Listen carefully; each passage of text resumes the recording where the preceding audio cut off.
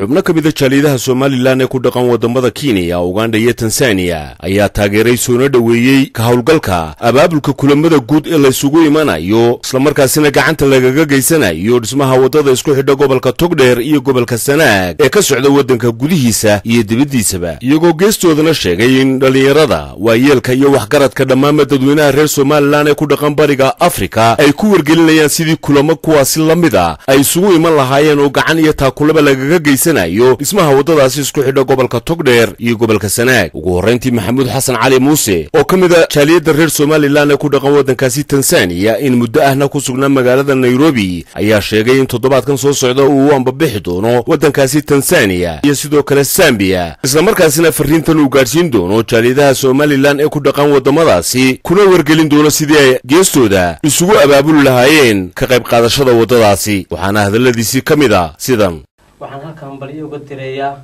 cid kasta oo ka qayb qaadanaysa wadada xanuunka badan ee gobolka Ceergaabo xukuumadda golayaasha iyo shacabweynaha reer Soomaaliland. aad baan ugu hambalyeynaa haddaan dhalinyarada ku nool bariga iyo bartamaha Afrika. anana waxaan guureeyo galab carrowga ugu jirnaa si aan uga qayb qaadan lahayn wadada Ceergaabo iyo Burco u dhaxaysa ee safarkeedu xanuunka badan yahay. anigu weekend waxaan u ambabaxayaa Tanzania iyo Zambia. hawlaha waaweyn halka u tagay waxa weeye si looga qayb qaadan lahaa wadada Ceergaabo. aad iyo aad baan ugu hambalyeynaa shacabweynaha reer Soomaaliland meel kasta ku nool. anoo ku hadlaya magacayga Abdisamed Ismaan oo ka mid ah jaaliyada reer Sanaag ee wadanka Uganda, ardayda kana mid ah ardayda wadanka Uganda wax ka barata.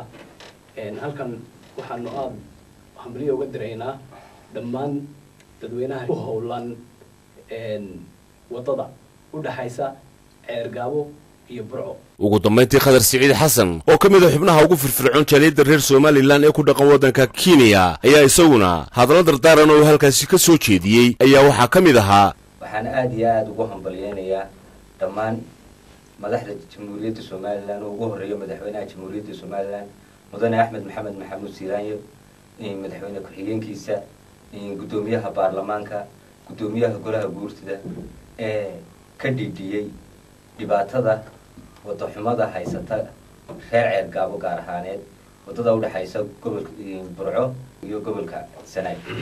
aad iyo aad baan ugu hambalyeynaa, anaguna waan soo dhaweynaynaa, fiicanna waan uga qayb qaadanaynaa. haddaan nahay dalka Kenya aad iyo aad baa abaabulku uga socdaa.